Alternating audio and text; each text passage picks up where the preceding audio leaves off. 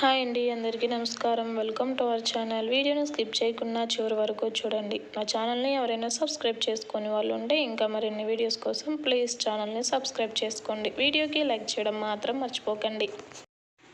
తిరుపతిలో అలిపిరి వద్ద గోశాలలో హోమం చేస్తారు. ఆ రోజు స్వామి దర్శనం అవుతుంది. టికెట్ కాస్ట్ వచ్చేసి 1600. ఓం నమో వెంకటేశాయ. అందరికీ నమస్తే అండి.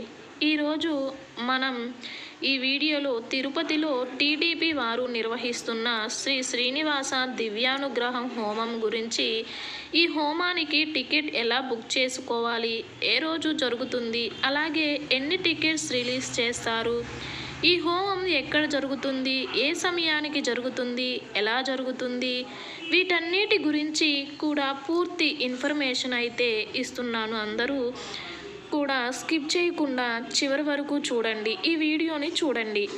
శ్రీ శ్రీనివాస దివ్యానుగ్రహ హోమం ఎక్కడ జరుగుతుంది అంటే తిరుమలలోని అలిపిరి దగ్గర హస్త గో ప్రదక్షిణశాల ఉంది కదా అండి, అక్కడ శ్రీ శ్రీనివాస దివ్యానుగ్రహం హోమం అయితే జరుగుతుంది. ప్రతిరోజు అలిపిరి గోశాల నందు నిర్వహించబడును. సమయం ఉదయం 9 గంటల నుండి 11 గంటల వరకు ఈ హోమం అయితే జరుగుతుందండి. టికెట్ కాస్ట్ వచ్చి 1600 రూపాయలు. ఒక్క టికెట్ పైన 2 మాత్రమే అనుమతి ఉంటుంది. ఈ హోమం టికెట్ వచ్చి 1000 రూపాయలండి. మిగిలిన 600 వచ్చి దర్శనానికి 600, ఒక్కరికి 300. 300, 600 ఇద్దరు దర్శనానికి వెళ్ళవచ్చు. మనం ట్రైన్ దిగి వస్తాం కదండి, కిందకి వచ్చిన తర్వాత ఫ్రీగానే స్నానాలు చేయడానికి అక్కడ గదులు అనేవి, రూమ్స్ అనేవి ఉంటాయండి. వాటికి మీరు మనీ ఏం పే చేయనవసరం లేదు. అక్కడ రెడీ అయిన తర్వాత బయటకు వస్తే ఆటోలు ఉంటాయి.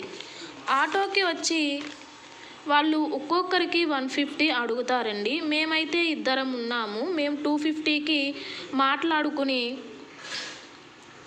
ఎక్కాము. మెట్ల దగ్గర దింపుతారు, గోశాల దగ్గర దింపుతారు. హోమం వచ్చి 9 గంటల నుండి 11 గంటల వరకు జరుగుతుందని. మీరు లగేజీ మాత్రం తీసుకువెళ్ళవచ్చు లోపలికి. ఈ టికెట్స్ రోజుకు 200 మాత్రమే ఇస్తారు. ఆన్లైన్లో 150 టికెట్స్ ఇస్తారు. మిగిలిన 50 టికెట్స్ ఆఫ్లైన్లో అలిపిరి దగ్గర ఇస్తారు.